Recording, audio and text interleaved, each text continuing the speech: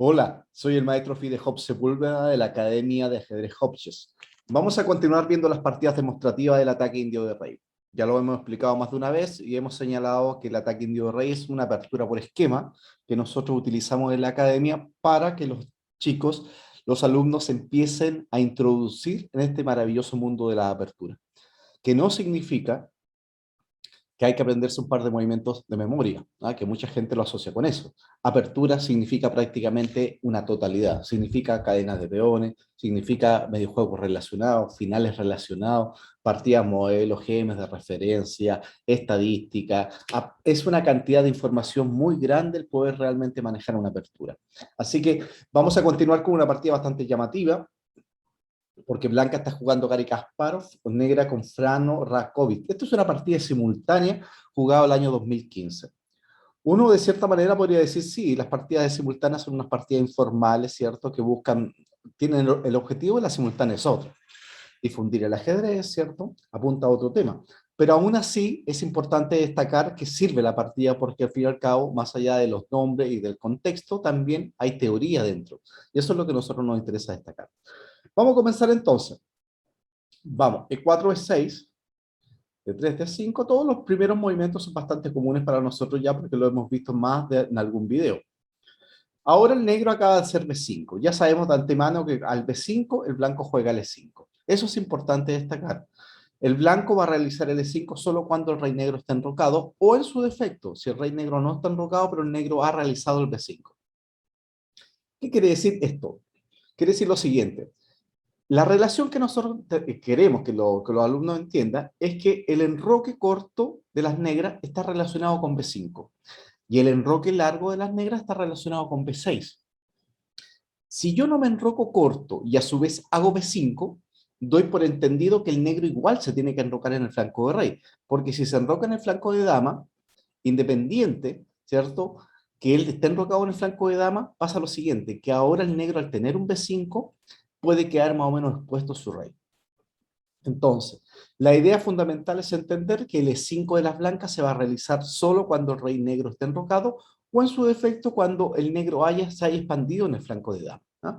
Porque puede pasar en alguna situación que el rey negro queda en el centro esperando, de hecho, ver la reacción de las blancas. Si las blancas no hacen el E5, el negro espera. Entonces, ahí también hay un tema que nosotros tenemos que estar súper atentos a darnos cuenta cómo se van a desarrollar los peones en el flanco de dama. Si el negro, como en esta partida, hace B5, independiente que el negro ya hizo enroque previamente y sabemos de antemano que ya está en el flanco de rey, pero en el caso puntual que no pasara eso, el rey estuviera en el centro, para mí va a ser súper importante ver la posición del peón B. Si el peón lo coloca en B6, es que el negro se quiere enrocar largo. Y ese enroque largo va a estar ligado con alfil B7, dama C7, enroque largo, H6, G5, ¿cierto? Y la típica expansión de las negras en el flanco de rey. En el caso puntual que las negras hagan B5, yo sé de antemano que el E5 es útil porque prácticamente se va a tener que enrocar en el flanco de rey porque enrocarse en el flanco de dama va a ser un poquito peligroso considerando que los peones van a estar un poco avanzados. Así que la partida continúa caballo D7, caballo F1, torre B8. Aquí un movimiento bastante particular, ¿eh? Quizá puede ser hasta bastante interesante verlo más adelante, quizá a nivel estadístico. Torre B8. El movimiento más común de las negras, ¿cierto? Es A5. Acuérdense que por la cadena de peones las blancas apuntan al flanco de rey, donde todas sus piezas prácticamente apuntan al flanco de rey, y según la cadena de peones las negras tienen ventaja en el flanco de dama. Cada uno tiene una ventaja en un flanco distinto. Y aquí es donde está la gracia de la partida. Cómo yo logro, de cierta manera, neutralizar el contrajuego de mi rival en su flanco donde tiene mayoría, pero a su vez también logro emprender el ataque donde yo tengo mayoría.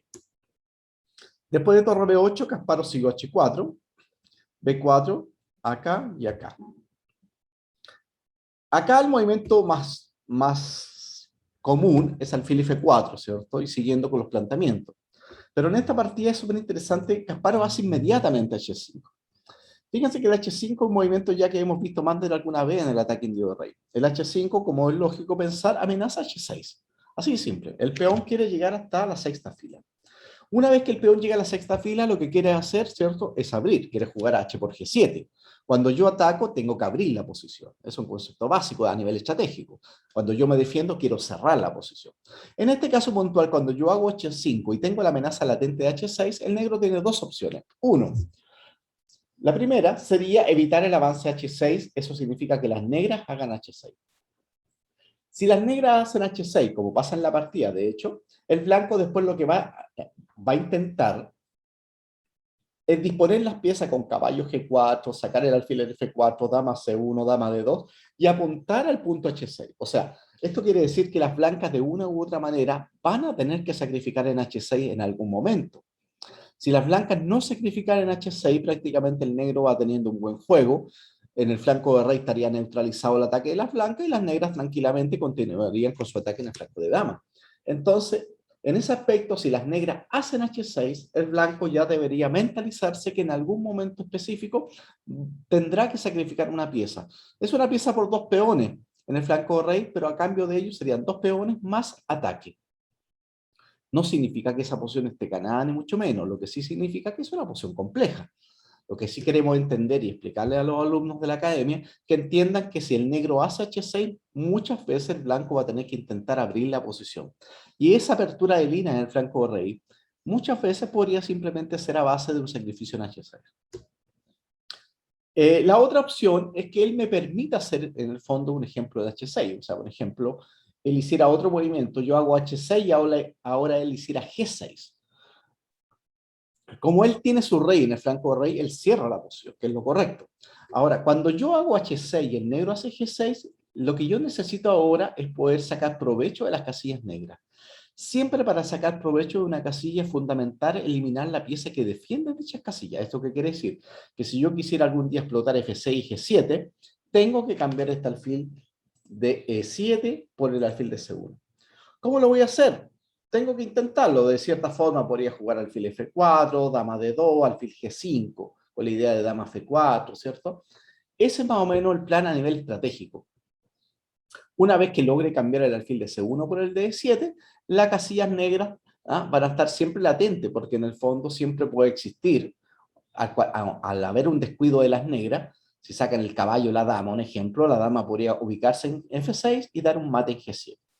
Esto que se ve bastante simple de entender, en la praxis se pone mucho más interesante porque no es tan simple. Pero sí nos interesa a nosotros que nos queden las ideas generales. En la partida CH6, entonces, blanco, caballo, G4. Y ahora nos damos cuenta que ya las blancas están apuntando a H6. El negro a C4. Ya acá viene una maniobra súper famosa, que es cierto que es de la partida de Fischer, ¿cierto? Hay una partida famosa de Fischer, donde hace este A3. Este es el famoso A3 de Fischer. El A3 de Fischer es súper importante destacarlo por lo siguiente. Eso es lo que se llama profilaxis. Profilaxis en el fondo es adelantarse un poquito a lo que quiere hacer mi rival. ¿Eso qué quiere decir? Que si yo en el flanco que tengo más debilidad, que en ejemplo puntual es el flanco de dama de las blancas logran de cierta manera neutralizar un poquito el contrajuego de las negras, eso va en directo beneficio de ella. ¿Ya? Neutralizo. Si neutralizo el contrajuego de las negras en el flanco de dama, puedo de cierta manera continuar con mi ataque en el flanco de rey. De eso se trata. Siempre vamos a tener en el ajedrez esta lucha continua con respecto a los dos puntos que estamos analizando, ¿cierto? Siempre va a haber un ataque de un flanco y un ataque de otro flanco. También hay ataques centrales, también depende mucho de las posiciones, pero en este caso específico del ataque indio de rey, una partida modelo, estamos analizando que prácticamente el ataque se produce en flancos opuestos. Aquí podemos ver una maniobra que la quiero visualizar solamente para nivel de explicación. Si el negro cometiera un error estratégico, B3, el blanco obviamente cerraría la posición. El flanco de dama pertenece a las negras, y por ende las negras quieren abrir el flanco de dama.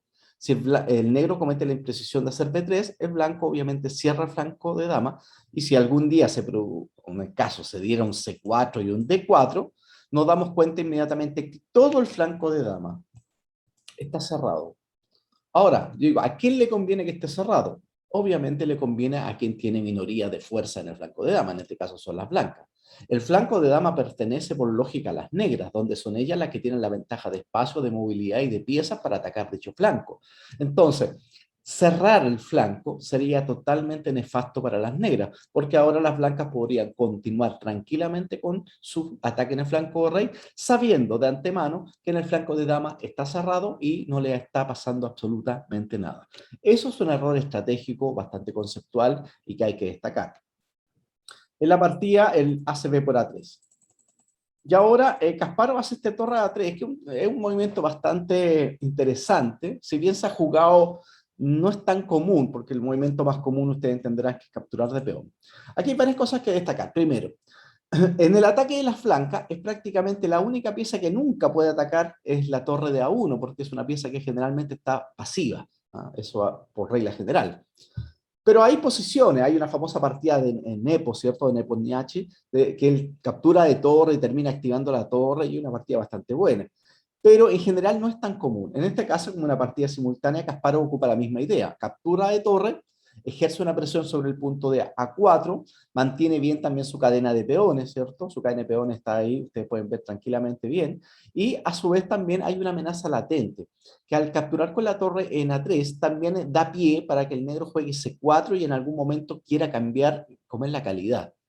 Eso, desde el punto de vista blanco, es como una especie como de un señuelo, ¿cierto? Porque el alfil de E7 usted entenderá que es una pieza bastante importante para la defensa del rey negro. Si ese alfil de E7 se cambia en algún momento por la torre en A3, que es una torre que prácticamente no es mucho lo que hace, podría ser base para que el blanco pueda expandir su ataque en el flanco de rey, a sabiendas que el rey negro no va a contar ahora con el alfil de casillas negras. Interesante. Veamos lo que pasa. Posteriormente viene caballo B6, alfil F4, C4. Y aquí es lo que estábamos hablando. Hay una presión directa, ¿cierto?, del alfil por la torre. Aquí hay varias opciones. La primera es volver con la torre en A1 y seguir la partida de forma normal. Aquí, pero acá hay una línea súper interesante que de hecho Kasparov omite un poquito porque Kasparov hace D4. Kasparov quiere entregar la calidad y seguir con el ataque. Pero también es interesante dama C1. Fíjense qué interesante el dama C1 porque ahora se ejerce una presión directa sobre H6. Ahora, si hace alfil A6, un ejemplo, capturo, capturo y ahora D4. Fíjense que el D4 es una movida bastante inteligente porque está manteniendo la cadena de peones y sigue amenazando dama por H6 y todo el ataque y caballo F6. Un ejemplo, alfil B5, tomo acá y acá. Y ahora, en el fondo, nos damos cuenta que es una pieza, ¿cierto? 2, 4, 6, 7, 2, 4, 5. Las blancas sacrifican una pieza por dos peones, pero la posición no está para nada clara, porque en el fondo el negro tiene que jugar demasiado preciso.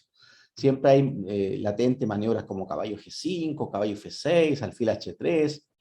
O sea, ¿esto qué quiere decir? Que es una posición bastante interesante, donde las blancas, de cierta manera, tienen un juego más cómodo en todo caso. Otra opción es capturar en A3, que eso se ve ya más o menos mal, porque es lo que hablábamos recientemente, donde las piezas, las casillas de color negro del rey, del flanco rey, empiezan a sufrir. Un ejemplo, acá, alfil por, acá, acá, acá y H6. Y ahora es fácil darse cuenta que prácticamente las casillas negras están totalmente minadas, y la posición de las blancas es de ventaja decisiva. La otra opción es que alfil A3, B por A3, caballo D7, es importante ese caballo para controlar F6, y ahora nuevamente alfil por F6, H6. Interesante, nos damos cuenta que el negro en el flanco de dama no ha conseguido mucho, se comió una calidad, está bien, pero como ya hemos señalado anteriormente, la torre en A3 no era mucho lo que hacía, y ahora el blanco está continuando con el ataque en el flanco de rey.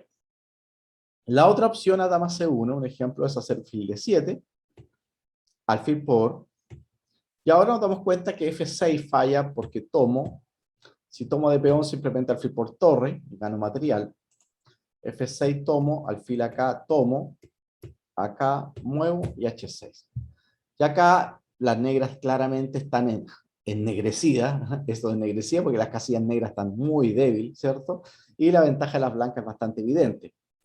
La otra opción, alfil H6, es capturar, simplemente capturo, capturo, ahora está latente, ¿cierto? Simplemente caballo F6 ganando la partida. F6, simplemente tomo, torre por. Y ahora nos damos cuenta que el blanco puede incorporar con la idea de alfil F1, alfil D3 y pegando acá en H7 con la dama y el alfil. ¿Eso qué significa? Que es una posición bastante interesante para las blancas, donde las negras una vez más tienen que jugar de forma muy precisa, ¿no? La otra opción es que haga F5, a lo cual si ataco tengo que abrir la posición. Si torre por F6 no es tan buena porque tengo acá, alfil G7 falla por H6, ¿cierto? Bastante simple. Rey H8 tomo, si D por C4 acá. Y ahora sí que hay una amenaza latente, ¿cierto? Amenazo torre por E6 en algún momento, alfil H3, no sé. Eso está más o menos fácil de jugar con blancas. La otra opción es AD4, caballo C4 y simplemente torre por A4. Y nuevamente la torre está entrando. Esta torre de A4 que se ve un poquito inactiva, un ejemplo, si torre por B2, puede existir este tema de desviación, torre A8, ¿ah? La torre puede cambiarse, ¿cierto? Es una posición interesante para las blancas, porque, como hemos repetido más de una vez, son las negras las que se tienen que defender, y siempre es mucho más fácil atacar que defenderse. Así que alfil por F6, acá y acá. Si dama E7, un ejemplo, falla por esto, esto y acá. Y ahora hay una amenaza latente, torre por D5, ¿cierto? Ganando la partida. Otra opción es D por C4, jaque acá y C3. Y ahora nuevamente nos damos cuenta que la posición de las blancas es bastante interesante, ¿no? No es que estén ganadas directamente, pero sí me exige a las negras que un juego bastante exacto. En la partida hizo D4, que no es lo más preciso, le capturan, B por A3. Ahora, este captura en A3 igual es de doble filo, porque en el fondo pasa lo siguiente. Los módulos, como ustedes entenderán, tienen la capacidad de jugar un movimiento bueno, correcto, ¿cierto? Preciso, y tienen esa misma capacidad de poder repetir ese planteamiento en los movimientos que deseen. O sea, prácticamente una máquina podría jugar un movimiento bueno, jugar 5 o 10 movimientos buenos y terminar defendiendo una posición que humanamente se parece indefendible. Eso es importante porque en el fondo a nivel práctico el ser humano tiene que intentar siempre que sus posiciones sean humanamente accesible, ¿cierto? O sea que no saco nada con el ver un computador que me dé una línea tan espectacular si esa línea después yo no voy a tener la capacidad de poder asimilarla o poder obviamente reproducirla o mantenerla en el tiempo. Así que la recomendación siempre es busquen las posiciones más humanas posibles, ¿ah? No olviden que son ustedes los que van a jugar y no los computadores. Ahora, ¿por qué hago este comentario? Porque este alfil por E3 se puede jugar. Si lo miramos desde el punto de vista de la máquina, se puede jugar porque de cierta manera permite que con una defensa muy precisa las negras puedan mantener la posición. Pero desde el punto de vista humano es complejo, porque si ustedes se darán cuenta, me está exigiendo que el negro juegue correctamente de aquí para adelante. Y eso para un humano es complejo, y sobre todo para un aficionado en una simultánea contra Gary Kasparov es peor todavía. Así que veamos lo que pasa. Eh, un ejemplo, torre B7, acá, dama C1 interesante, y mantengo la idea del alfil por H6. La otra opción es tomar en C3, acá, y esta posición está más o menos cercana a la igualdad. La verdad que no hay tanto planteamiento, el blanco no está tan claro el tema en el flanco de rey, como las negras tienen ventaja, pero tampoco está fácil cómo materializar esa ventaja en el flanco de dama. En la partida hizo dama E7, hizo dama C1, y ahora es interesante también hacer C3, ¿no? Con la idea posteriormente de entrar en H6 con dama D2, dama C1, ¿cierto? Hizo dama C1. Y esto es lo que estábamos mencionando recientemente. O sea, el blanco, al sacrificar la calidad en A3, le coloca la presión al rival. Así de simple, le pone la presión al rival. Y aquí un ejemplo, el negro prácticamente tiene que jugar caballo de 7. Porque el sacrificio en H6 más o menos inminente, porque si el blanco no sacrifica en H6, lamentablemente, ¿qué es lo que tiene? Un ejemplo, alfil H3. Este alfil H3 ustedes lo pueden ver en una de las partidas modelos de Fischer. ¿Ah? Interesante cómo Fischer coloca en una posición un alfil H3. ¿Ya? Nosotros vamos a intentar en todas estas partidas demostrativas ir viendo todas estas famosas partidas de modelos de Fischer. Fischer-Geller, Fischer-Masur. Después de acá, tomo acá y acá. ¿Ya? Y esto sigue siendo ventaja material para las negras. Necesita un juego bastante preciso, pero el blanco tampoco tiene un ataque de mate de forma directa, ni mucho menos, así que es una posición totalmente jugable. La otra opción es caballo por tomo y F5, y las negras también están bien.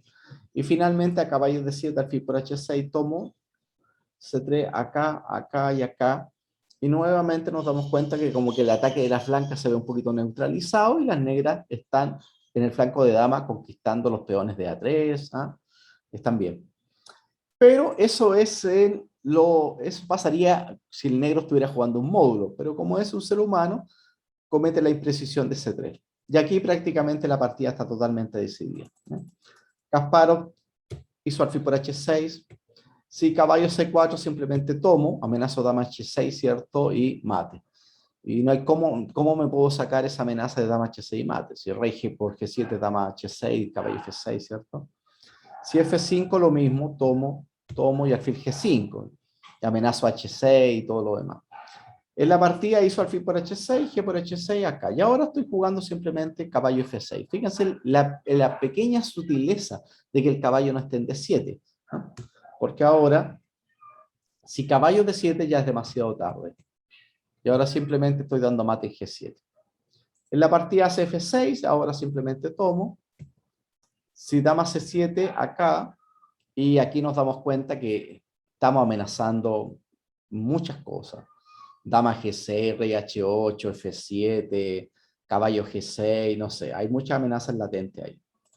En la partida hizo dama H7, jaque. Si se vais acá, jaque, tomo acá y ahora alfil F1, y ahora nos damos cuenta que el blanco amenaza bastantes cosas como alfil D3 y alfil G6, alfil B5, la torre le está pegando a la columna E, la dama está pegando acá en esta diagonal. Esto es una posición bastante simple de entender que las negras va a ser poco probable que sobrevivan, ¿cierto? Después de dama G5, rey H8, caballo H4, buena, y finalmente el blanco le termina ganando la partida. Ahora, ¿por qué es importante y llamativa la partida? Primero, porque tenemos nada menos que al campeón del mundo jugando ataque indio de rey. Nosotros sabemos de antemano, según la fase de datos, que Kasparov no jugaba ataque indio de rey en las partidas formales. Esto es una partida informal, ¿cierto? Pero eso demuestra también la cierta vigencia y validez de una apertura, porque ustedes entenderán que un ex campeón mundial no va a jugar una apertura mala.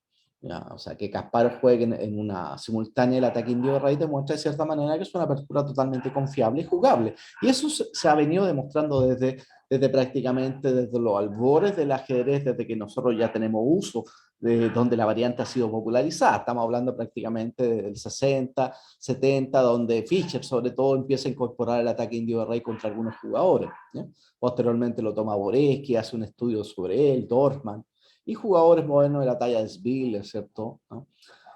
Karkakin, hay muchos jugadores que juegan ataque indio rey en partidas formales, ¿sabes? En partidas importantes.